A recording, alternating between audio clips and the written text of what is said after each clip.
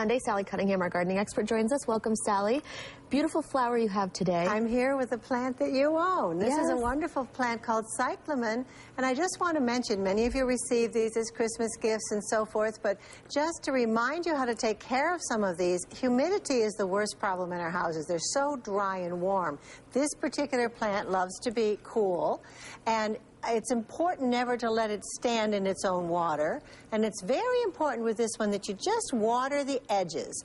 Don't water the middle, because that crown is where rot can occur, where it can get some diseases. So take care of your cyclamen, keep it cool. And I was just mentioning to Nalina, a good thing to do in our homes is to put a tray of pebbles, a tray of something, stones, anything that some flowering plants could sit above, not in the water. But if you can keep the moisture there, it's good for them and it's good for our skin too. Right, if you have dry skin, I know all the moisture the leaves release. I was reading something about that. It helps release them. And I thought that my plant, you said it can go through cycles, like a cyclamen it's called, where it looks like it almost dies, but then it comes back to life. Yeah, this one can absolutely think you've lost it in a month or so when it finally finishes blooming, but don't give up on them. Keep them in a cool place. It will surprise you and come back. Okay, well, first caller is Ann from Buffalo. Good morning, Ann. What's your question?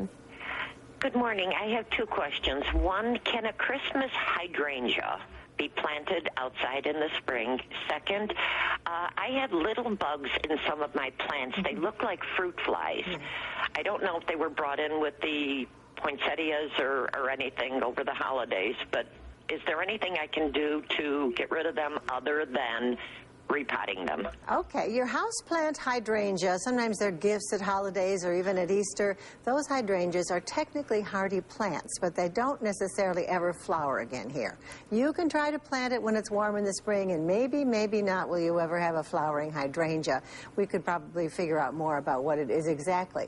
Now, as for the flies around the houseplants, you know, it's like a miracle how little critters occur in houses, and it isn't that they usually came in with something big. Sometimes just white fly, it might have been dormant in the soil, and now we have a warm house that's in. Once you get them, you do need to spray something. There's insecticidal soaps that are nature-friendly, good, not dangerous for us to breathe, so get a good houseplant insecticidal soap to clean out the white fly. Or you might also have sometimes to wash it through the soil of the plant. Hey, if you get one plant that you know has something, isolate it from the other plants. But it's almost like a sick child or a sick person. You want to keep them away from all the other things. Exactly. And you know, our homes aren't perfect for any of these plants, so if a plant is stressed, doesn't like where it's living, it'll get something. Right. Okay, next caller is Donna from South Buffalo. Good morning. What's your question? Good morning, Sally. I live in South Buffalo where we had all that snow just before Christmas. And now that some of the snow is gone, many long branches of my forsythia and my roses have snapped about a foot from the ground. What do I do? Okay. I wouldn't do too much pruning now. If they've snapped, they've snapped. I wouldn't go around correcting it, especially with roses. Don't make the cuts now on your roses. Wherever you cut, it'll die back further. So, hey, I would just say live with the damage, and in the spring, after the forsythias bloom, do a good pruning. And before they've bloomed, if you have to take out selected branches, you'll just lose some flowers. Next caller with a question is Duke. Good morning, Duke. What's your question? Duke, are you there? Yes. Sally, I bought my girlfriend a Christmas fern, all right?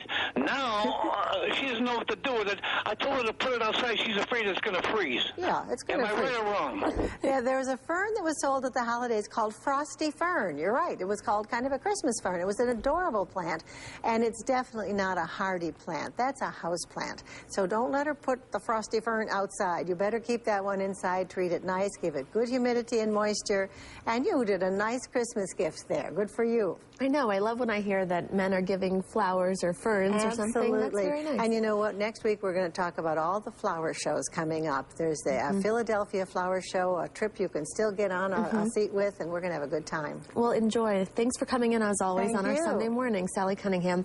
All right.